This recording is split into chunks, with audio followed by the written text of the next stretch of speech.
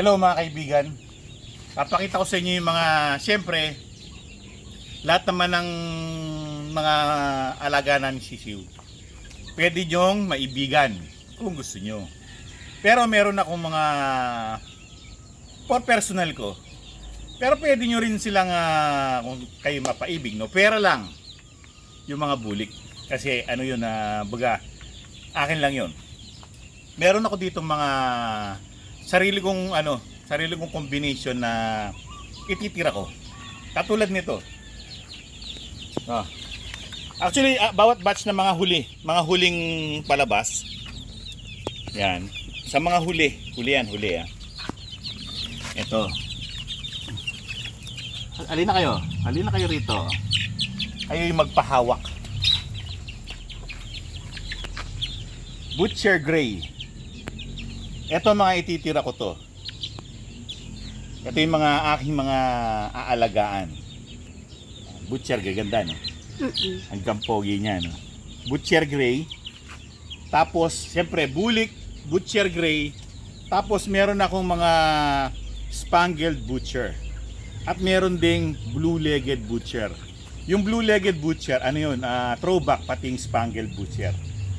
Throwback sila ng pure. Yung pure namin na Butcher, masyado ng intense yung breeding nila. Nagtutrowback na. Ito yung aming Butcher Gray. So, papakita ko sa inyo kung sino yung nanay at tatay. Curious siya, no? Bawat batch meron doon, meron dito. Basta sa mga late namin na breeding, doon ako gumawa ng mga sarili kong combination. Kasi meron kaming Butcher Pure, Gal Pure, Reports Lemon, Straight Sweater. Yan yung mga una. Sa bandang dulo ng breeding namin, actually tapos na yung breeding namin. May isang pares na lang kami na, kasi napakahuli niyang ng itlog, si Blue. Tsaka yung aming Capistrano Bulls na Speeder Gray na si Batman. Ngayon, eto mga huli to. Papakita ko sa inyo yung tatay at nanay. Kung mapapansin nyo, yung aming mga itlog. tipi, pati babae si Queen Bee naka-cord na. Kasi parang nakakakain silang damo. At the same time, parang naka-range na rin. Ang dating, yan, nangingitlog siya. Kukunin na lang to, wala na to. Dumihan. Laki ng itlog niya. Wala na, dumihan. Wala na to. For table consumption. So naka-cord na yung mga breeders namin. Pati doon sa kabila. Ito yung tatay. Si Scarface. Isa siyang pure butcher. Dapat hindi Scarface ang pangalan nito. Dirty Pete. Lagi ang marungis ang paa. Pero dahil doon pa lang sa pinagkuhanan natin, meron na siyang pangalan. Si Scarface dahil meron siyang scar sa kanyang ear. Yan ang aming isa sa aming pure butcher. Amboy. Sorry, tinulak ako ni Amboy. Dalawa yung pure butcher namin. Yung isa yung yellow ang paa. Hindi naman totally yellow, na parang yellowish ang paa. Ito talagang white leg. So, pero parang butcher pa rin. Pinagkaiba lang paa. Kulay, similar lang din sa kulay. Pati yung buntot. Yung puti. Pero mabait pa. Ang pagkakaiba lang nila, malinis ang bulahibo nun. Ito mahilig itong maglaro sa may tubig. Tapos may nalalagyan ng pati yung dibdib niya, yan, may putik-putik. Parang may lahi siyang bibi. Mahilig siya maglaro sa Ay, siyang bibi. maglaro sa mga putikan. Ngayon, pupuntahan naman natin yung nanay ng mga Butcher Gray namin. Ay ko, Yan, shoot ako si sa butas. Gigi. Bakit yan ang ginamit ko? Bakit hindi yung Esquilin Gray? Bakit hindi yung LDT Gray ang pinares ko dun sa Butcher? Kasi, kumbaga, old reliable yan eh. Yung linya na yan. Old reliable line ng mga tsuhin. Kaya yan ang ginamit ko. Tsaka isang bagay din dahil straight comb siya. Para straight comb uniform yung mga anak. Kasi yung Esquilin Gray tsaka yung LDT, P-comb sila, P-comb. Pareho silang P-comb. Malinaw pa ba dyan? Close up ko. Yan. Yan siya. Lahat ng mga anak na babae, pula. White-legged red. Lahat ng mga anak na lalaki, gray. Tapos, siyempre, lahat ng mga anak na lalaki, yun lang naman ang ititira ko. Yung mga anak na babae, hindi ko nagagamitin. Kasi, ano lang, mga lalaki lang talaga yung purpose ng pag-breed ko. So, ang natitira na lang sa aming breeding ngayong breeding season, lahat pahinga na eh. Pwera lang si Batman. Na isa siyang Isa siyang Capistrano Asil. Capistrano Balls Asil na Speeder Gray. Cross sa, syempre, etong aming nag-inarte.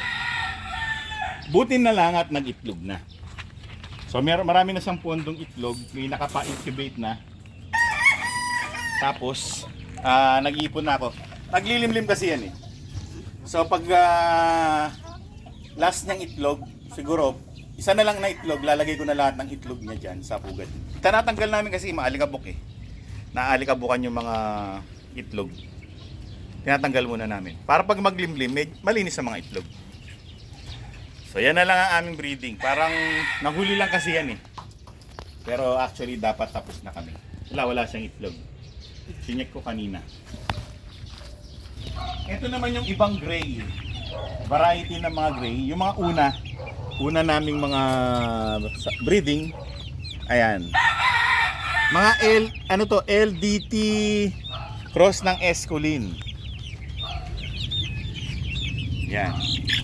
LDT Esculin yan. chik. Ito napakaganda ng kulay nito. Lalaki to. Lalaki, tapos lalaki din sa dulo. Ito babae, pati nasa baba babae. Kabait na. Yan. Chik. Yan. LDT. Cross ng Esculin.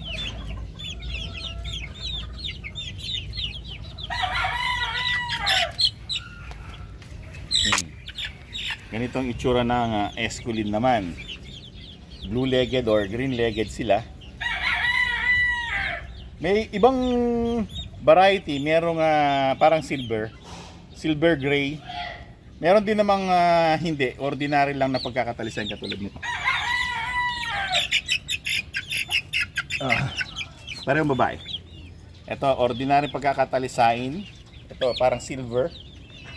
Sa LDT to, LDT gray. Same paa, blue-green na paa. Tapos, sa lalaki merong magandang kulay. Ito. Tapos may ordinary kulay. Kunin ko lang.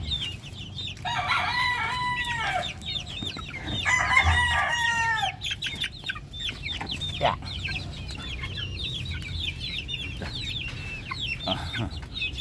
Ito yung magandang kulay. Ito naman yung ordinary na talisain na kulay. Ito medyo parang pati dibdib, parang nagiging kanawayo ng dating. Pero hindi siya kanawayo na. Parang kulay native. Ito naman, ordinary na talisain ng kulay. Ito. Bagay, regular gray kasi yung nanay. Esculin regular gray. Yan. Yun yung pagkakaiba nila. Ayan, yan ang dalawang anak niya. Ito yung nanay. Ito yung aming Esculin na regular gray. May itlog. Meron siya. Wala na yan, itlog na yan. Ano na yan portable consumption. Ayan. Si Catriona. Pangalan niya. Yan ang nanay. Bago natin puntahan yung tatay, tignan po muna natin yung ibang klase namin na gray. So ayan yung aming isa pang gray. Ano naman yan? LDT cross ng GG. Yung nanay ng mga butcher gray. Kapatid nila yan sa nanay. Dalawa lang yung natira na dyan eh. Alam nyo na, may napaibig na sa mga ibang kasamahan nila. Pares na lang, isang lalaki, isang babae. Ayan, yung dalawa na yan. Naman yung LDT gray namin na babae. Kasalukuyan siya nangingitlog. Pero hindi na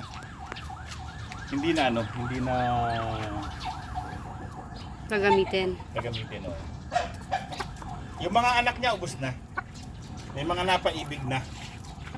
Yung LDT to LDT namin, LDT gray, mga pure LDT gray, wala na, ubos na. Tapos, tignan natin yung pinaka-broodcock namin na LDT. Ito na yung aming LDT gray. Mabait yan. Maraming nagkakagusto dyan kasi maganda yung itsura niya. Broodstag pala siya. Bata pa. Straight ko, mabait. Mabait na manok. Napakasarap himasin. Well, mga kaibigan, yan ang aming mga gray dito sa aming manukan. Pati mga combination ng mga sisiw na gray. Meron akong sarili kong combination na in-experiment ko lang. Tignan natin anong mangyayari. Well, mga kaibigan, maraming salamat sa inyong panonood. Hanggang sa susunod na Episode. episode. Paalam!